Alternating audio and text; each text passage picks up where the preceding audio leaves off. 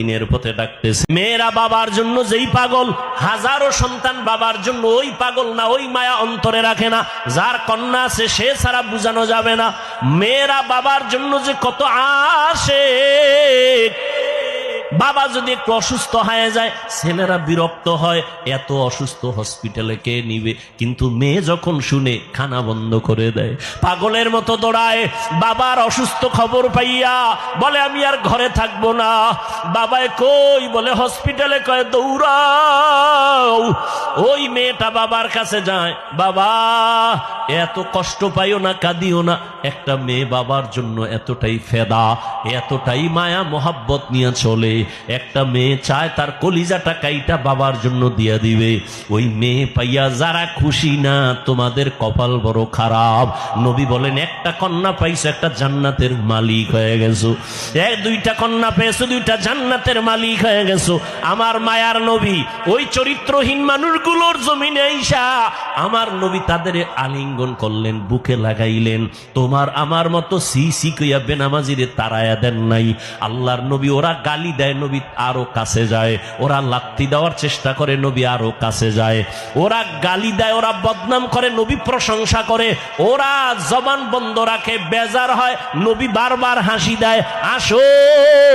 নবী এমন ভাবে তাদের মোহব্বতের বন্ধনে আবদ্ধ করলেন। মাত্র 13 বছরের ব্যবধানে মক্কার মানুষগুলো এত দামি হয়ে গেল। নবী একটা বেতের বাড়িও দেন নাই, একটা গালিও দেন নাই। নবী চোখ গরম করে কারো দিকে তাকান নাই। নবী গালি শুনছেন কিন্তু জবাব দেন নাই। মাত্র 13 বছরের ব্যবধানে এই মক্কার চরিত্রহীন মানুষগুলো এত দামি হয়ে গেল। আল্লাহ জিব্রাইল আমিন রে পাঠায় বলে, যাও লিস্টি দিয়া দিলাম, লিস্টির মধ্যে নাম আছে, নবীকে বলো ঘোষণা দিয়া দেয় এই লিস্টিতে যাদের নাম আছে সবাই বিনা হিসাবে জান্নাতি। রহমতের নবী অল্প টাইমের ভিতরে মক্কার মানুষগুলোকে জান্নাতি মানুষে পরিণত করে ফেললেন। সুন্দর আখলাক আর ব্যবহার। একদিকে নবী দাওয়াত দেন, অন্যদিকে নবী আল্লাহর কাছে সারা রাত দোয়া করেন, আল্লাহ ওই মানুষটা বুঝে না, হেদায়েতের দরজা খুলে দাও, ওই মানুষগুলোকে দিনের পথে আনো। তায়েফের ময়দানে আমার নবীর আদর্শের দিকে তাকাও। তায়েফের ময়দানে ওই কাফের ওরা সবাই নবীজির দেখা ছোট ছোট বাচ্চাগুলোরে লেলিয়ে দিল, বলে পাথর মেরে মক্কার এই পাগলটারে তাড়ায়া দাও। মায়ার নবীরে যখন পাথর মারে বৃষ্টির মতো রক্তগুলো পড়ে পড়ে নবীজির জুতা মুবারক আটকায় গেছে। নবী চোখের পানি ছেড়ে কাঁদে। আল্লাহ সহ্য করতে পারলেন না। ও জিব্রাইল, আমার নবীরে গিয়া বলো এখনই তায়েফের জমিন উল্টায় সব ধ্বংস করে দেই। জিব্রাইল ঈসা বলেন, ইয়া রাসূলুল্লাহ, আল্লাহ পাকের হুকুম, আপনি বললে তায়েফের জমিন উল্টায় দিব, সব মেরে ফেলবো।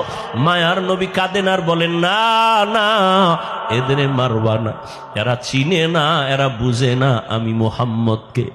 আমার মা নাই, বাবা নাই, আমি বড় ইয়তীম। দুনিয়াতে বাবা বলে ডাকতে পারি নাই। 6 বছরে মা হারায় ফেললাম, আমি বড় অসহায়। তবে এদের মারিও না, একদিন এদের দ্বারা দিনের বড় উপকার হবে। আমার মায়ার নবীকে যতই ওরা গালি দিত, আমার নবী একটা গালিও দেন নাই, জবাবও দেন নাই। নবীর আদর্শ দিয়া মক্কার জমিনটাকে জান্নাতি মানুষ বানায় দিলেন সব। ও আল্লাহর বান্দারা, ওই রহমতের নবী কেমন আদর্শ কায়েম করে দিলেন। যুবকদের নবী বলে গেলেন, যুবকের আমি মুহাম্মদের উপকার করেছে, বুড়ারা আমি মুহাম্মদের বিরোধিতা করেছে। ও যুবক বাবা, কয়দিন আর দুনিয়াতে বাঁচবা? আমি কিন্তু এতক্ষণ চিল্লাইলাম, তোমার পায়ে ধরে ধরে বয়ান করলাম। কুত্তার মতো সারাটা দেশে ওলামায়ে কেরাম দৌড়ায় আর বয়ান করে, পাও ধরে। ও আল্লাহর বান্দারা, বিনিময়ে তোমরা একটা টাকাও দাও না, বরং গালি দাও, বিরোধিতা করো। এরপর আলেমরা কিন্তু এর গালির জবাবও দেয় না, বরং দেখলে হাসি মুখে সালাম দেয়, মোহব্বতের সাথে বুকে লাগায়। এর একটাই মাত্র কারণ, নববী আদর্শে তারা চলতেছেন, দুনিয়ার মানুষের